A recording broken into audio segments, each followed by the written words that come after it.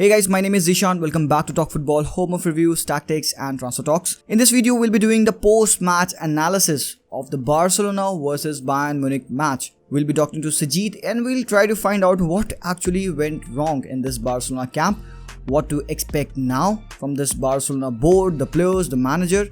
There is so much to talk about because we don't actually know if Quique Setien is sacked or will the players be leaving, because after the comment of PK where he offered himself to be the first player to leave if the clubs wants him to. So everything is in doubt when it comes to Barcelona and we'll try to understand what went wrong in this game. So let's get into the post-match analysis of Barcelona versus Bayern Munich. Hey Sujit, hi, welcome back to the channel. How are you doing? I'm not great. I mean, you will understand it better than anybody. Yeah. One thing I have to say to the audience is you may not see too much of me for a few more games because I have some stuff to do that I have to take care of. But this had to be done. I had to show myself and talk about this. Yes. So it's alright Sujit, you are welcome to the channel at any moment that you feel that you are available for us. And so we should get into this post-match analysis of this dreadful game that was for the Barcelona fans. I'm glad you called it a game and not a match, because it was not a match by any standards. Yeah. That wasn't a match. But anyways, so if we are beginning, let's talk about the first thing where Quique Setien was wrong. That was the lineup, Sujit. The 4-4-2 lineup. Did you expect that? 4-4-2, Barcelona never plays a 4-4-2. We play by loading the midfield and passing it around in the midfield, creating chances through and scoring. We'll never play a 4-4-2. And even if we were to play a 4-4-2, the guy who's most experienced with that formation was on the bench, Griezmann. Yes. So I don't understand what he was thinking. I mean, expectedly he got a match rating of 1, Setien that is. I think it's happened in the UCL once before, maybe twice, but not too many times. They just don't give ones. But Setien did end up getting a 1, so you understand. Yeah. Seriously, that's horrific when you look at the club that Quique Setien manages, that Barcelona. That's Barcelona, and to concede 8 goals in a single game. That wasn't even a 2-legged score, guys. That was just one game. Imagine if it were 2-leg. I mean, if we go on looking into this lineup, Vidal was playing on the left. I mean, throughout this season, Sujit, I have seen Vidal play on that right side of the midfield, where he had a good combination with Messi, where he was close to Messi. But he was played at the far left side. And who was at the right side? Roberto. And the thing is, Barca, as you mentioned in your video, you talked about Barca. They've never played a 4-4-2, so they have no idea how to maintain that 4-4-2. Yes. So it kept switching to a 4-3-3 with De Jong, Busquets and Roberto switching into the midfield and Vidal going to the left wing. Yes, none of the players had a little bit of clue what they were doing. If you take De Jong out of this game, none of the players had an idea what they were supposed to do. Most of the times we could see Roberto occupying the same position as of Semedo. And both of them together were in the wrong position. Yes, Semedo had the worst game of his entire career, and same goes for Ter Stegen.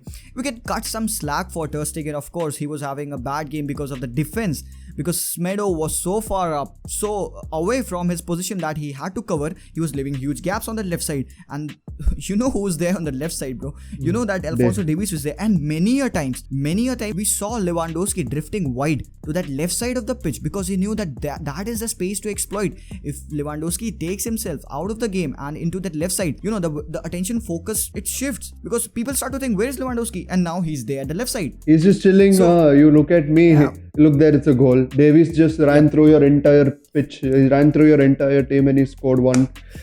It was a humiliation. And the thing is, we talked about how Semedo will have to mark Davies, because although he won't be as fast as Davies, he might have to hold up. But Semedo had a terrible game. I can't explain how bad that game he had was. You know what? He was not even in his position to play an attack or to play a defense. You need to at first be in your position. You need to be standing right.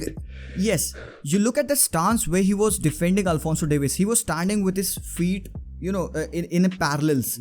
A defender never goes that way. On your toes. If you are there standing with your feet parallel, you are not in a stance where you can make those quick moves. And against a player whose sole game relies on the fact of running and taking on the position, you are standing with your feet in a parallel manner. That goes against the simple rule of defending. He just did one feint, took it to the side, and Semedo's quick, but he couldn't touch. Davies. He couldn't touch. You know what? If he had touched Davis, if Davis took a fall, it was a clear penalty. That was a brilliant goal. Bayern literally showed all the weakness of Barcelona in just a single half. Not even a half or 30 minutes of the game.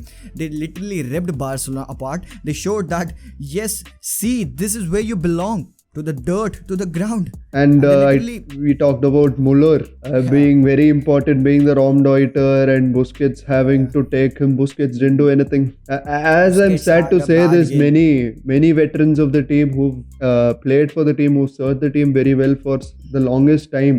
It is time for change. A change. And very fast. Even when you look at the performance of Messi, he wasn't having a good game. It wasn't the Messi that we are so used to seeing, solely because he was left aghast. He was shocked by the display of his teammates. He was shocked by the players that the errors they were committing in the midfield. Can I justify any players play in this game? No chance. Messi, he may be. I mean, if people come and troll me, they're saying, "Oh, you called him the GOAT. Where is your GOAT?" I can't say anything. You cannot. This is why I'm coming face to face, because if people are coming at me, I mean, you would have received the same thing. People coming at you. Barcelona, greatest team. Who do you think you are? Where is your Messi now? What did he do? What did he fail? We have to take the abuse, because that's what we have been represented as on the pitch on the day. We've been screwed over, and we have to take the heat for it. And we have to accept that the team is shit pretty much. They didn't do anything. And the beginning, okay, Messi had a couple of chances, one hit the post, but no one wanted to go get it. If no one wants to do anything, there were 3 players and still it hit the post. All they had to do was slightly deflect it. Nothing. Yes. No one wanted to do anything. And that's Suarez finish. The ball was set out for him so nicely. All he had to do was finish it. Nope. I mean, yes, what you can say about the life of a striker, you score one, you miss another. But in such crucial games, you are a world-class player. You have to finish that, because the game relies on that, and you miss that. And what happened next? Roberto is in the same place as Smedo. You guys get confused. You miss the ball. Gnabry takes a run and score. Perisic, no discredit to him, but he was shown as he's their secondary left winger. He's not their main left winger. And he was only as a cover for Kingsley Exactly. Coman. And he looked world class over there. Yes. We made him look like prime Ronaldo. Yeah. The first goal was pure delight. That tap in from Lewandowski into the part of Muller, that finish. The second goal where Goretzka did a little chip over the defense and long leg. Oh, that was beautiful. That was beautiful football. That was simple, direct, route one passing and finishing. That's finish of Gnabry, world class. And then it followed. There were crosses, there were goals, there were crosses, there were goals. 1, 2, 3, 4 goals in a span of just 30 minutes, and the game was done. It was 4-0, it was 4-1, and I was thinking the game is done. 4-1 is such a bad scoreline, and I wasn't even sure what's coming next. For a full-time scoreline, that was bad. Not a half. They had a 4-1 game in each half. Apart from that one display of good football from Suarez when he turned Boateng inside out, other than that, there was no moment of Barcelona having that game. Yeah, Sujit, I remember you were saying that Bayern, this is a team who are not satisfied even though they score 2 goals. They'll go out, they'll score another. They'll go on trying out again and again and again. Like you said, those were your exact words. And we expected a thriller match. 3-1, 4-1 could have been the game.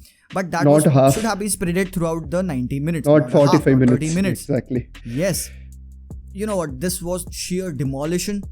Kudos to Hansi Flick. He destroyed the world's best teams of the last decade. And Kike Setien, there were news that he is sacked. I don't know if that's official now, but if your team gets thumped 8-2, what more can you do? The thing is, obviously I do blame Setien, because it was a shambolic display of man management tactics. I don't know what was the thought process in whatever happened yesterday, but in the end, it all comes down to the board. It comes down to Bartomeu. Even if Bartomeu changes, I don't think Setien will hold a job, because he'll always be known as the guy who lost 8-2.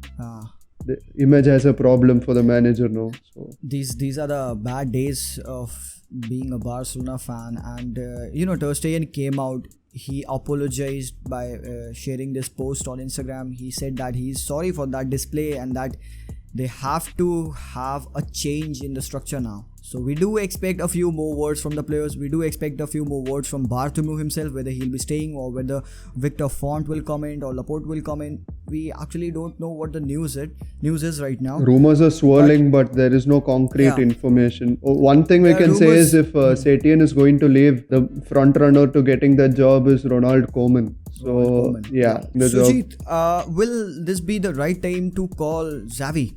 To be honest, until Bartomeu leaves, I don't want any old player to come and manage us, because anybody, bring Pep Guardiola back, he's going to go back a terrible manager. He's going to go off with that reputation because of you can do your work with the tools you're provided. I mean, you can't go cut a tree with a knife if that's all you're given. So I don't want Xavi to come immediately. Sure, it might take 1 year. Next year can be worse. Sujit, what do you think? Let me ask you, because this question has been in my mind as well. What do you think that is the exact problem of Barcelona? They have been doing the signings. They have been signing players where the position required, the strikers, the midfielders. What is the actual problem of this Barcelona side? Barcelona has not been signing players based on requirement. They've been signing players based on market value and exposure. Because truth be told, I don't see why we need Griezmann. Truth be told, I don't see why we bought Kevin Prince Boateng. I don't know why we bought Paulinho. So many signings. And even Vidal. He doesn't fit in that team because there were so many ways the left wing could have been played through in the Bayern match, and he just was too slow. He wasn't fit. I mean, he's never been a left winger. He's a central defensive midfielder. He's never been that guy to cut in and curl shots in or run in behind. No, that's not his game. I don't know why. Like in the previous build-up videos, we were talking about how this game was meant for the wingers, and we saw the weakness of Bayern. Let me tell you guys, in the starting 15-20 minutes, whenever Barcelona went up ahead, I could see all those spaces in the left side of the pitch and the right side of the pitch. If we had natural wingers, if we had, for example, say Dembele on that right side in place of Roberto, if we had Fati on that left side in place of Vidal, this game could have been different because there were spaces left. So there were green ground for running. And the scary thing is, I feel this was not Bayern at their best. This was clearly not Bayern at their best because hear this, guys. Because they had so many spaces in the back. In the beginning, we did create the chances, but after that, they did leave those space. I mean, I'm not taking anything away from them, but in fact, I'm glorifying them more if that's possible in any way, because you beat a team 8-2. You beat one of the, I can't even say best now. You beat Barcelona. Let's say that. You beat Barcelona 8-2, and I still say you're not at your best. What does that tell you? What does that tell about the team that you are? They put out so many space. They did leave spaces. They did leave spaces where people could have run through, but our play was so scared. I mean, they were scared to make those runs. They were scared to make those passes. We weren't able to pass the ball in the midfield. We have set up in a formation where we could have dominated the midfield. The 4-4-2 formation is used when you want to control the ball in the middle. You have two strikers up front. Those are the players who will score the goals if you provide them with the ball. Because if you take Messi, he was drifting inside to create goals, and there was just one lonesome player in Suarez who was left up top. Because Vidal was there in the middle, De Jong was there in the middle, Busquets was there in the middle, and Roberto was there in the middle. The place was crowded, but even still, Goretzka, Thiago, two of them were enough to disrupt our entire midfield. You say the midfield was crowded. I'd say that the midfield was just crowded around the ball because they weren't knowing what to do. Once Busquets got the ball, he was surrounded by 2-3 players, and it's so atypical of Busquets to be so scared on the ball, so uncomfortable. I mean, Busquets, you see all those turns, those swerves, those swerve moves to just wriggle his way out just easily. And let me tell you one thing. Do I see PK? Do I see Semedo? Do I see Alba, Vidal, Busquets, Roberto, Suarez in the team next year? No. Do I see Messi in the team? Maybe. I can't even say yes. I just don't know how should I go on telling about how to improve this Barcelona team if this board stays. Firstly, this board has to go. Then only we can even muster a few words about how to bring back Barcelona on their best days. The character of Bartomeu, he's gonna, according to reports like reliable ones, Fabrizio Romano, Tier 1 reporter, According to him, Abidal is going to be fired and Oscar G is the other guy on the board. They both are going to be fired and Setien is going to be fired. But Bartholomew, no, he's going to stay. No news. I mean, you need to have a little bit of shame, if nothing. I mean, did you see that video? I think you could pull it up from somewhere that Barcelona, as they were exiting the team bus to get to their hotels from the stadium, there were there were audience breaking the protocol, the social distancing protocol, just to get there and boo them. And that's not good for anybody. It's not good for a team like Barcelona, where they have showed immense class when it comes to football. They have been the masterclass of passing, the masterclass of scoring goals. As a club, we're known as Meshkeon Club, because more than just a club. That's if we're brought down to this level. So that tells you how on the down. I mean, PK said it himself. We've hit rock bottom. To rub salt into the wounds, one guy came in for 15 minutes, assisted one and scored twice. How could we forget about that? Barcelona paid her 140 million for a guy to send him on loan just so that he can come back and score 2 against us. It doesn't end there. It doesn't end there. If he wins UCL now, you have to pay 5 million extra to Liverpool, the other team that humiliated us. I mean, can this get any worse? There's literally no way you can defend the club. There's no way you can defend the team. There's no way you can defend the players. Am I a fan of the club? Yes. Am I a fan of this team? No. Yes, we could have talked about how we can expect the changes coming up in this Barcelona side. I cannot suggest you anything, guys, because literally as shocked as you guys are, we are shocked as well.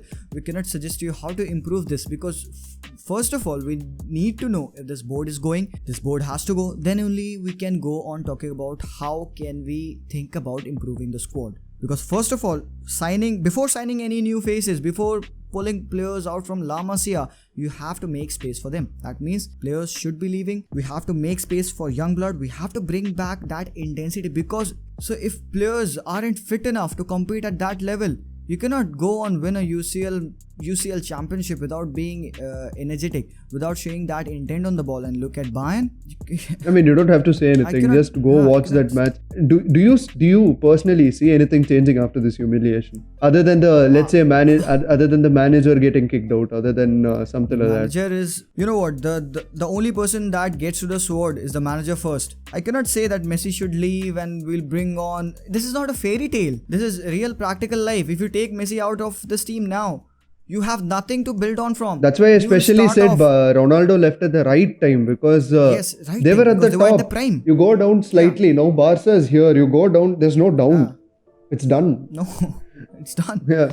And so I am actually waiting for a statement from Leo, because just after that we'll be able to process all of this. We'll be able to know what his mindset is. Then only we'll be able to bring you guys some modification of a video which comprises what can be done, how can we improve based on the statements and news. Based on the statement of the players. Yes, so we have to wait. So it's all to see how this turns out to be. But before that, we do have world-class games coming up. We do have the Champions League semi-final. Of course, we won't be having Sujit for the coverage of a few of them, but he'll be back as soon as he gets his work done. We hope so. Yeah, soon enough. Yeah. So I think so. I hope we answered a few of a question that you guys had in your mind. If you still are wondering, if you still want to ask a few more questions, just go down in the comment box and let us know what you want to ask us. Just take care, guys. Don't overthink it. That's all I can say. Yeah. And so we'll be seeing you soon enough. So peace out.